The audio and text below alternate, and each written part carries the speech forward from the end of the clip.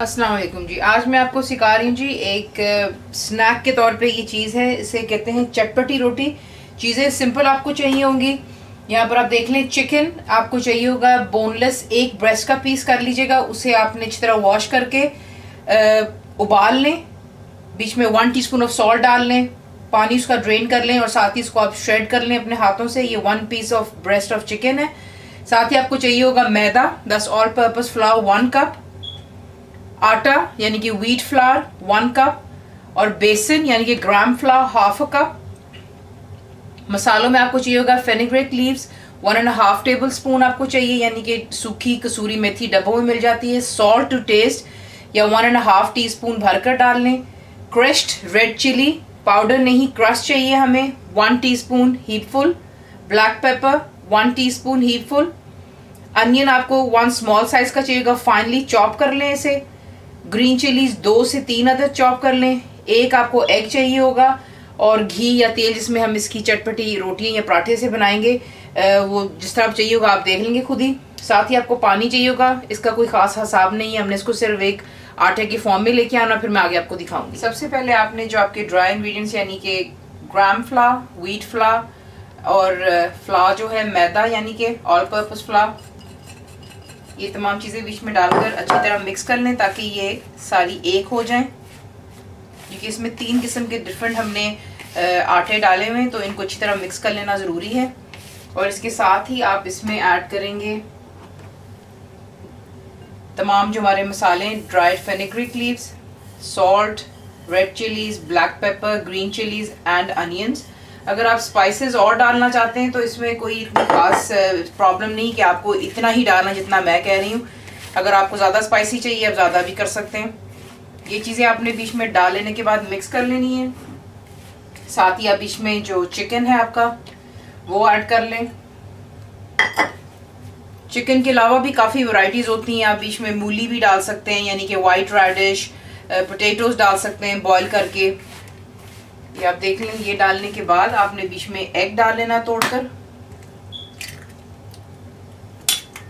और इसके साथ हम इसको मिक्स करेंगे। और साथ ही अब हम आटे की फॉर्म में इसको लेके आने के लिए आहिस्ता आहिस्ता पानी ऐड करेंगे। और जिस तरह हम एक आटा गूंथते हैं उसी फॉर्म में हमने इसको ले आना है। तो आहिस्ता आहिस्ता प्लीज़ पानी ऐड कीजिएगा, थोड़ा सा ये हार्ड बनेगा। तो ये आप देख लें, क्योंकि इसमें चिकन वगैरह ऑलरेडी डला हुआ है तो ये जल्द ही आटे की शेप में आ जाता है। और इसे अच्छी तरह मिक्स कर लें। इसे गूंद लेने के बाद आप 2 से 4 मिनट के लिए इसको ज़रा थोड़ा स्टैंड होने दें और फिर हम इसकी जो है रोटियां बना देंगे। तो इस तरह आपने इसको गूंद लेना है। अगर आपके हाथों को चिपकेगा तो आप थोड़ा सा ऑयल का इस्तेमाल कर सकते हैं। यहाँ पर थोड़ा सा ऑयल ले लें और इसको यूं गूंद लेने के बाद एक साइड पर कवर करके आप इसे रख देंगे। आप देख लें इसका टेक्सचर जो है कुछ थोड़ा सा थिक होगा ताकि इजीली ये बन सके, क्योंकि इसमें चिकन के पीसेस हैं, इसलिए इसको आप कवर करके आटे को रेस्ट करते हुए 2 से 4 मिनट हो चुके हैं। अब आपने जितना बड़ा पेड़ा बनाना है यानी कि आपकी मर्जी से आपने जो रोटी का साइज बनाना है, क्योंकि ये स्नैक्स के लिए होता है तो इसके कोई ज़्यादा बड़ी नहीं अच्छी लगती, ज़रा छोटी छोटी ही अच्छी लगती हैं। तो आप देख लें टेनिस बॉल साइज मैंने बनाया है। थोड़ा सा आपको आटे की ज़रूरत होगी, खुशके की। ये थोड़ा सा सरफेस पे चिपकेगा भी, लेकिन कोई बात नहीं, आपने विद रोलिंग पिन इसको हल्का सा फ्लैट कर लेना है। आप देख लें जस्ट अबाउट दैट साइज। और बाकी अपने हाथों के साथ आप इसको दबाकर भी फ्लैट कर सकते हैं, वो ज़रा थोड़ा बेहतर रहेगा आपके लिए। आपको लगे चिपक रही, थोड़ा सा ड्राई और डाल लीजिएगा आटा या खुशका नीचे। ये आप देख लें मैंने एक ऑलरेडी बना के रखा हुआ है।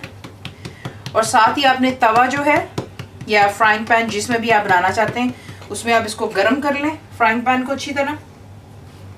और गर्म कर लेने के बाद हम रोटी इनके ऊपर यूँ डालते जाएंगे। नीचे फ्लेम आपने लो टू मीडियम रखनी है। पहले एक साइड जैसे ही कुक होती है आपको नजर आ जाएगा कि ऊपर से इसका जो कलर है चेंज हो जाता है। हम साइड चेंज, इसका कलर किस तरह चेंज हो चुका है, इसका मतलब है एक साइड ये देख लें पक चुकी हुई है। इसी तरह हम इसे अगली साइड को भी तकरीबन 1 से 1.5 मिनट एक साइड को दें, 1 से 1.5 मिनट एक साइड को, और जिस तरह वो साइड भी हो जाएगी इसको प्लीज़, मैं तो हाथों का इस्तेमाल करती हूँ, you can always use a spatula on the top, या कोई भी आप चम्मच के साथ में इसको दबा लें या कपड़े के साथ। साथ ही आप देख लें इसकी साइड ये भी हो चुकी है। तो हम यहाँ पर अब जो है मक्खन या घी, आपकी अपनी चॉइस है आप क्या लगाना चाहते हैं। बच्चों को दे रहे हैं तो मक्खन लगा लीजिएगा, अगर आप थोड़े से हेल्थ कॉन्शियस हैं anything you can use oil as well. मैं यहाँ पे मक्खन का इस्तेमाल कर रही हूँ। पहले एक साइड पे लगाइए और उसके साथ ही दूसरी साइड पे लगाना शुरू कर देते हैं, और साथ साथ आपकी जो ये चटपटी रोटी हैं ये उतरती जाती हैं।